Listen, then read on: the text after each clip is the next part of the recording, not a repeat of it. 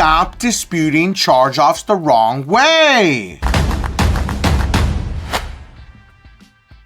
Every single guru telling you just dispute the balance is leading you straight into a dead end because the balance means nothing. The CFPB cannot delete it, and filing the wrong dispute wastes months of your life. So on today's video, I'm exposing the 100% legal strategy to delete charge-offs, build a paper trail, and potentially even get legal representation for free. But first, I want to break down some of the myths that are wrong. Let's just call it what it is. The good old dispute the balance is 100% wrong, because if you dispute the balance and just the balance, you're telling them how to fix it. We don't want to tell them how to fix it. We want to tell them that everything's wrong, because I would say more than 99% of the time it is. And the biggest myth of all, the CFPB will delete it if you complain, which is wrong. Because the CFPB, the Consumer Finance Protection Bureau, is not a disputing platform. It is a complaint center for consumers. You can send a dispute letter all you want, but if you didn't dispute it first with the creditor, the debt collector, the credit reporting agencies, you have nothing. You have built no case. You want to dispute it and then bring it to the CFPB, showing them proof that they didn't take any action. And my favorite of all, using special UCC code letters equals a complete scam. We just need to stop falling for TikTok fairy tales, because charge-offs are the highest level of delinquency on a credit report. And if you don't handle it properly, it'll follow you for up to 7 years. And of course, people will always say, well, I'll just pay it. That'll fix it. No, paying a charge-off only marks it paid and settled, and it's still a charge-off. The status of charge-off is what's damaging your credit profile. It's not the amount. That's why I said the amount means nothing. But hold on, stick with me to the end, because that amount, if it's still reporting, is actually going to help you. Listen, I've been repairing credit for over 15 years. I've seen every trick, every loophole, every scam letter people think works. But the truth is, only 2 things consistently stand a chance against charge-offs. Being number 1, Metro 2 compliance attacks. Because at the end of the day, everything on your credit report is structured in Metro 2 compliance. And if it doesn't meet the standard of reporting, which that's exactly what Metro 2 is, it must be deleted. And number 2, building a legal case with proper documentation. Hear what I just said, with proper documentation. Because a lot of people say, I'm just gonna sue them. And then you take your case to an attorney and they're like, well, you want me to sue them based on your word? No, you need to build a case and then bring it to a consumer law attorney. Always remember, stick to this general rule when you're always dealing with any type of consumer law attorneys. They don't want to take a case that they don't know they're going to win, because consumer law attorneys usually work on a contingency basis, meaning they take 0 payment until you win the lawsuit. So they're actually front loading all of the costs for the case until they close it and they successfully either settle it, or they actually get a lawsuit and get money out of it. Either or, they don't get paid up front. If you're working with a consumer law attorney that wants money up front, you need to go ahead and fire them, because that tells you right there, they're most likely not going to win that case. But before we jump in, make sure to smash that like button so YouTube pushes this video out to more people trapped by charge-offs. And if you're new here, subscribe, of course, because this channel is about raw, uncut credit game tactics that actually work. So I'm gonna break this video down into 4 very important steps that you do not want to miss. So let's go ahead and jump right in with step number 1, requesting the 1099. First, we want to explain the charge-off, which is going to equal the creditor claimed a loss. Now, what they should do is they issue a 1099-C, which is called a cancellation of debt, to the IRS. But of course, many times they don't, and that is your leverage. Now, we're going to write a very simple letter. Nothing scammy, no UCC codes. Keep it short and simple and to the point, because we want to sound as much as we can like we are just a regular human being, because they don't expect regular everyday people to know this information. Remember that. In your letter, you're going to simply state, "Dear creditor," you're going to put the name of Capital One, Chase Bank, whoever it may be. "It appears you charged off this account on my credit report, yet I have not received a 1099. Can you kindly send me the proper 1099 for this item? I greatly appreciate it." Now remember, when you send this, you must send it certified mail with return receipt, because documentation matters. We want to make a very clear trail of documentation because it builds your case. Remember, we're not gonna pull up to the CFPB with the dispute letter. We're gonna pull up with real, viable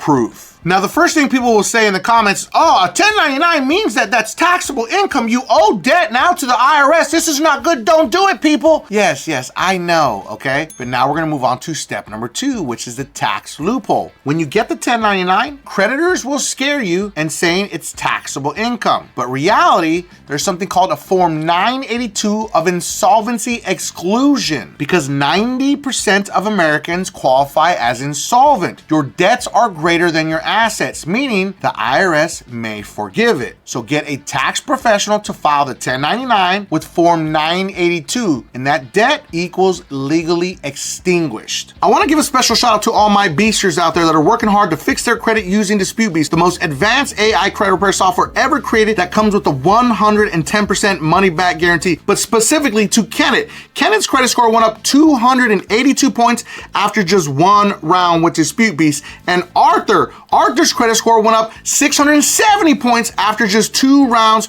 with Dispute Beast. But let's not forget Destiny.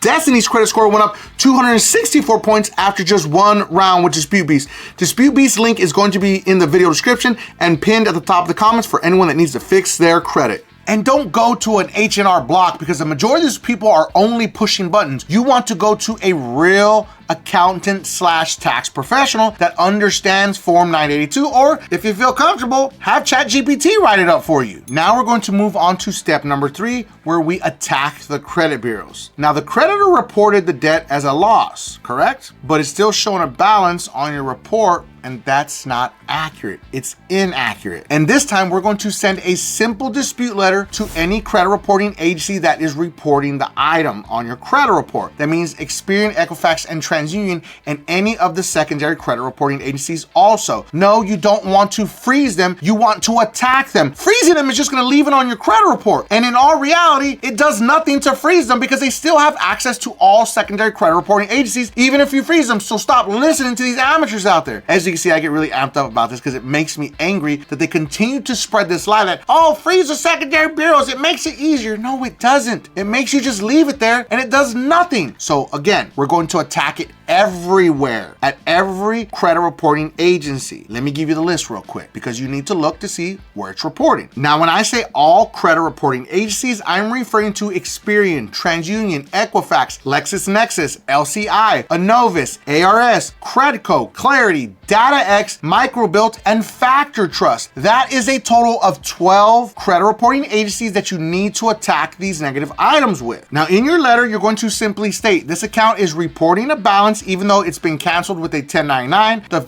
date of first activity is wrong. The date of first delinquency is wrong. The account status, the account number. You see where I'm going here? We're going to name everything that is wrong on the item, and we're going to make sure that we put it in the letter. Again, now we're going to send it certified mail with return receipt, and we're going to make copies of all of them and save all of them. You're also going to make copies of your receipt where you mailed it. Now, if they respond verified, because remember, this is an automated system, you're going to send round 2. You don't have humans actually reading your dispute letters. A lot of people believe that, but that's not what's happening. It's literally AI that's trying to sift through thousands of these letters that they get every day and millions every month. So in your response letter, when they say it's verified, you're going to respond with round 2. You did not address my dispute accurately and completely. And if you have to move to a final round 3, which is what I call the final warning. Now we're moving to step number 4, which is building a case. After 2 to 3 rounds, if they still don't delete it, boom, you've built a legal case. And now you have evidence of inaccuracies plus proof they ignored multiple disputes. That's gold for a legal team.